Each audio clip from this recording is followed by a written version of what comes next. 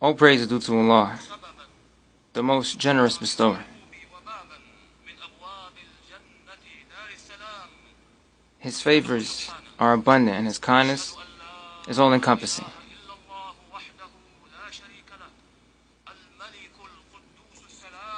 I bear witness that none has the right to be worshipped except Allah alone without any partner. He prescribed fasting for various noble objectives and deeply profound wisdom.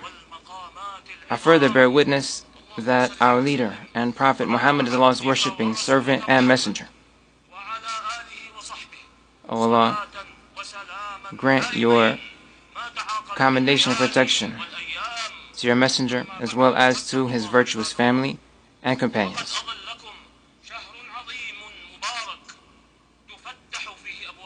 Servants of Allah, you must observe taqwa of Allah by fulfilling His commands and avoiding His prohibitions.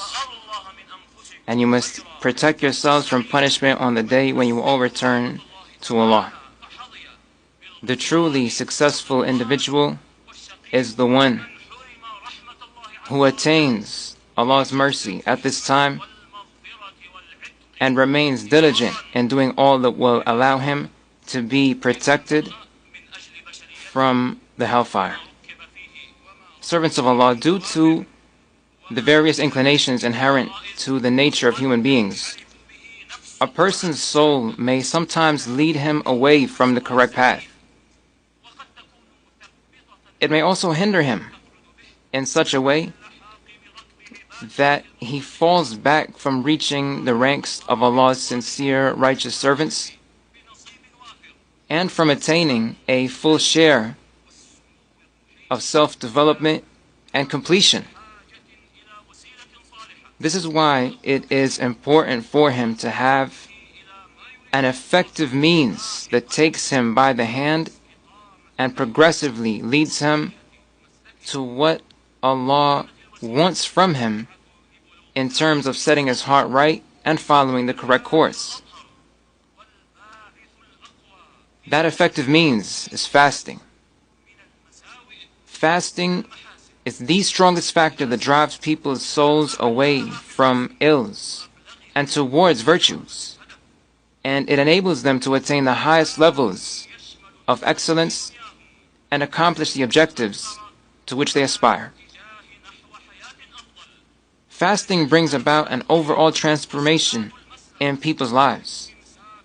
It drives most of them, to the best of their ability, to lead lives that contain more merits, goodness, steadfastness, awareness, observance of taqwa, avoidance of insolence, and staying away from error. When a person goes through that transformation over the course of this esteemed month in its entirety, he becomes accustomed to doing good things and to making his soul follow the correct course, which leads to improvement. This comes about with patience, practice, and repetition, and those are the means to firmly instilling such traits within oneself. There is no doubt that a complete month of diligence in various virtuous deeds and purifying one's soul yields very strong and lasting effects. In that way, an individual is able to proceed along his path steadfastly adhering to sound guidance even after the month of fasting concludes. Doing the preceding is the taqwa, fulfillment of Allah's commands and avoidance of His prohibitions, which a servant of Allah must always observe. Fasting prepares him for that in a special way during the month of Ramadan, and he is to then follow through in bringing that preparation to fulfillment, without straying from it or putting anything else in its place. Preparing souls for taqwa is an unmistakable objective of fasting. In fact, it is the core around which fasting revolves. Some scholars of Islam have explained that the duty of fasting is connected to refraining from certain things and intending to do that for Allah. However, the objective of fasting is repressing disobedient inclinations so that the soul becomes strong in observing taqwa. And if people were given that duty on its own without a means to facilitate it, the majority would not be able to fulfill it. Thus, fasting being prescribed to achieve that objective is part of the wisdom inherent to Islam's teachings. Fasting that lacks taqwa and presence of heart is in fact a hollow action that is merely done to relieve oneself of an obligation in terms of not having to repeat it. However, that sort of fasting is not conducive to taqwa. A person who fasts that way does not grasp the reality of fasting. Rather, he only involves himself in the form of fasting. However, Allah said, people of Iman, fasting was prescribed for you just as it was prescribed for those before you in order for you to observe taqwa. Here Allah began by addressing people who have Iman, and He concluded by saying in order for you to observe taqwa. There is a very strong link between Iman, sound beliefs and righteous deeds, and taqwa, fulfilling commands and avoiding prohibitions. Iman forms the basis of all goodness and the fountain of all virtue, while taqwa is the core and support of Iman, and it is the key to true success. The combination of Iman and taqwa bears the implication that the purpose of fasting is to combine the spiritual and physical virtues of Iman along with the awareness brought about by taqwa. That includes bearing in mind that Allah always sees all things, having complete reverential fear of Him, being attached to Him alone, and not focusing on other than Him. Thus an individual would combine the outward avoiding portion of fasting, avoiding the desires for food and intimacy, along with the inward doing portion of fasting, which is in fact its core, following the soundest and most virtuous path. Therefore, a fasting person should not be raucous, not lie, not dispute wrongfully, and not insult anyone. These were instructions given by the Messenger of Guidance. May Allah grant him commendation or protection. He said, fasting is a shield. Thus, whenever there is a day on which any of you fasts, he must not be obscene or raucous, and if anyone insults or fights him, he must say, I am fasting. That hadith was collected by Bukhari and Muslim from Abu Hurairah. May Allah be pleased with him. Another hadith states that if a person does not forsake saying what is false and doing what is prohibited, Allah does not require him to forsake his food and drink. Yet another hadith states, many who fast may gain nothing except hunger and thirst, and many who stand to pray at night may gain nothing except staying up late. Al-Hafidh ibn Rajab, may Allah have mercy upon him, commented that drawing near to Allah by avoiding permissible things at certain times can only come to completion after drawing near to Allah by avoiding what is prohibited at all times, such as dishonesty, injustice, or transgression against the lives, property, and dignity of others. When someone perpetrates deeds which are prohibited, yet tries to draw near to Allah by forsaking certain permissible things, he becomes like a person who does not perform obligatory deeds, yet attempts to draw near to Allah by performing optional ones. Nonetheless, the majority of scholars hold that the fasting of such a person fulfills the obligation, and he is not required to repeat it. Al-Imam ibn al-Qayyim, may Allah have mercy upon him, commented that the support which fasting gives a person in observing taqwa is well known. There is nothing as effective as fasting that gives a person support in observing taqwa, remaining within Allah's limits, and avoiding Allah's prohibitions. The prescribed fasting is a testament to the fact that the one who prescribed it has utmost wisdom and utmost mercy, and that he prescribed fasting out of kindness and mercy towards his servants. He did not do it to deprive them of their provisions or for it to be a mere act of punishment and one which has no wisdom or advantage. On the contrary, it has immense mercy and advantage for people. Fasting this blessed month, as prescribed by Allah and according to the practice of Allah's Messenger, may Allah grant him commendation and protection, is like a message that goes right to the heart and mind and makes a deep impact. It is necessary for our ummah to present that message to the world as clear proof of complete submission to Allah, compliance with His commands and prohibitions, and giving His directives priority over everything else that is beloved to us. It is a message that must be presented as a sign of purifying and uplifting the soul, as well as an indicator of brotherhood by bolstering ties and spreading mercy, care, support, and compassion. This is especially the case during the current time of distress, which has subjected many to illness and hardship due to the pandemic that has swept through people's lands and encompassed our world. Thus, there is a pressing need for people to be all the more merciful, caring, compassionate, and cooperative until Allah, out of His grace and mercy, permits the removal of the harms which have afflicted people at large. May Allah enable us all to glean benefit from the guidance of His book and the sunnah of His Prophet. May Allah grant him commendation and protection. I say this much, I implore Allah, the most magnificent and majestic, to forgive the sins of myself, you, and all who submit to Him in Islam. He is indeed the continually forgiving, the bestower of mercy.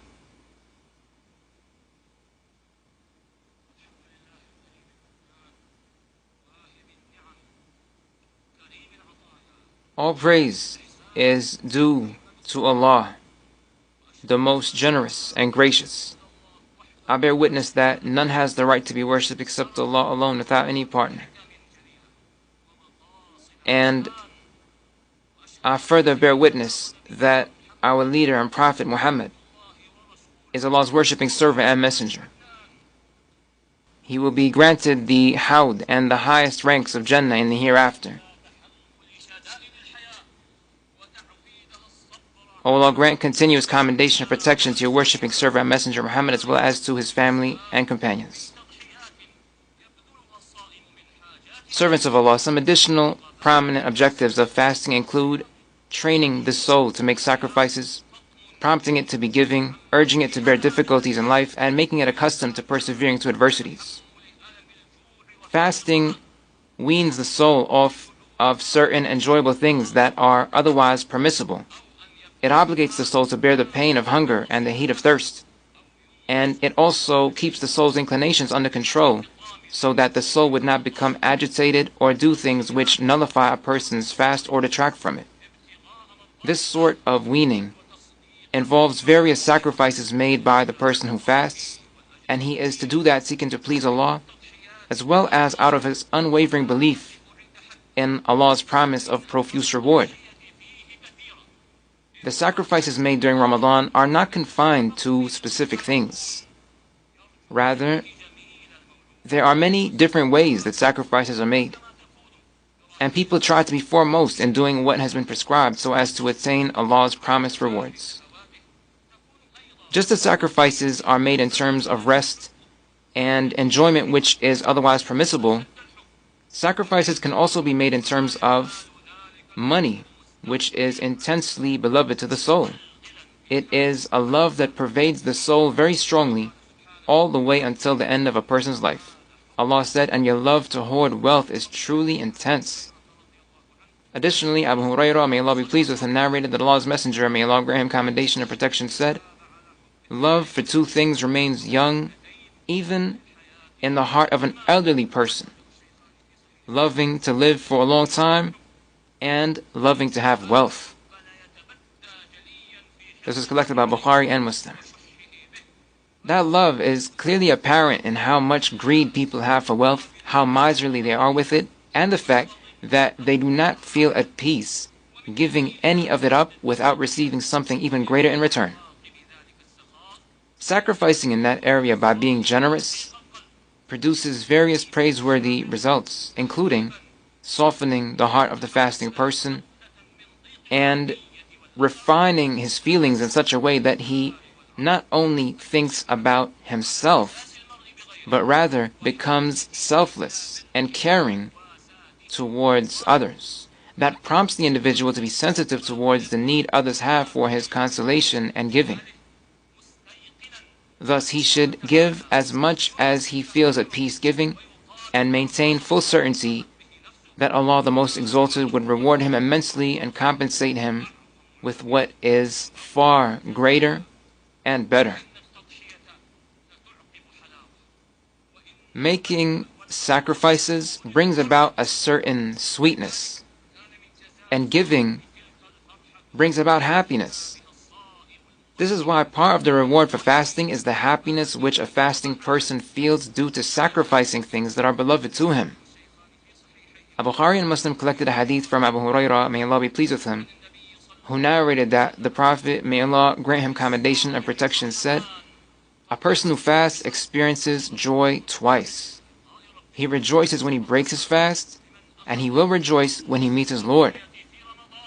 Thus, tremendous goodness is in store for those who take provisions for themselves by learning the lessons of sacrifice during Ramadan, and who follow that straight course in the remaining days of their lives by giving from their selves and their wealth, seeking to please Allah and to follow the example set by Allah's Messenger as well as by his companions."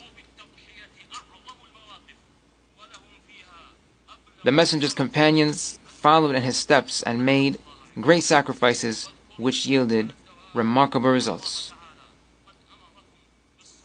Therefore, servants of Allah, you must continue to observe taqwa, and you must always remember that Allah, the Most Exalted, instructed you to invoke commendation and protection upon His Messenger, who was the best individual among all of creation. O Allah, grant commendation to Muhammad and the family of Muhammad, just as you granted commendation to Ibrahim and the family of Ibrahim. O Allah, grant your blessings to Muhammad and the family of Muhammad, just as you granted blessings to Ibrahim and the family of Ibrahim. Indeed, you are most praiseworthy, most glorious. O Allah, be pleased with your Prophet's 4 successors, Abu Bakr, Umar, Uthman, and Ali, as well as all of his companions and all who continue to follow their path. O Allah, grant strength to Islam and those who submit to you in Islam. O Allah, protect the lands of Islam and defeat those who are enemies towards you and towards the religion you prescribed.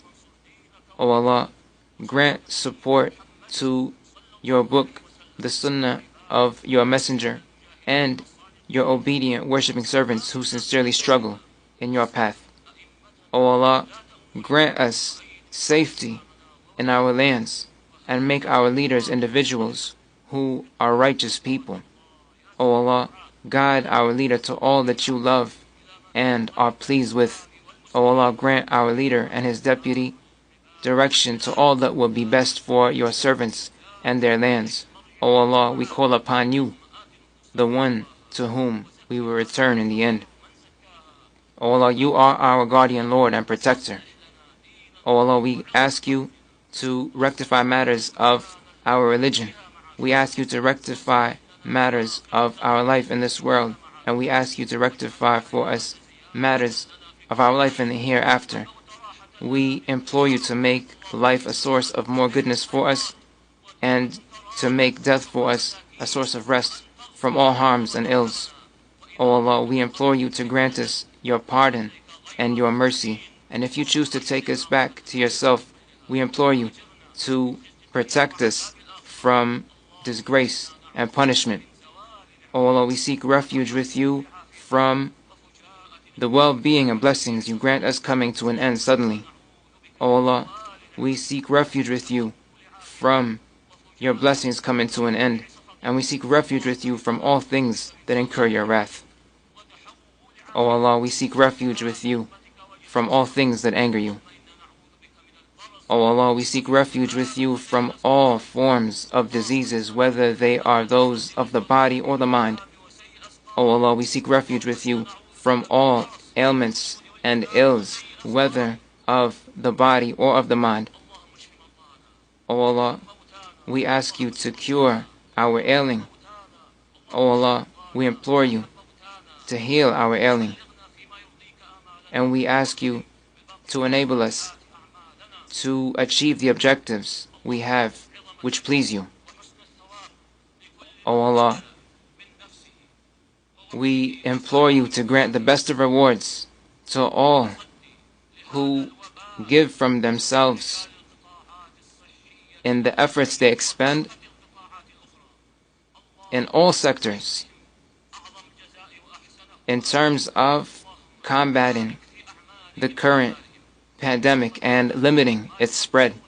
O Allah, we implore you to grant them the best of rewards for all of the efforts that they expend. O Allah, we ask you to protect them from all harms and all ailments and diseases. O Allah, we seek refuge with you from all ills and evils. O Allah, we beseech you to remove the pandemic which has currently pervaded our entire world. O Allah, grant us good in this world, grant us good in the hereafter, and protect us from torment and the hellfire. O Allah, grant your commendation and protection to your messenger Muhammad, as well as to the messenger's family and companions. And all praise is due to Allah, the Lord of all creation.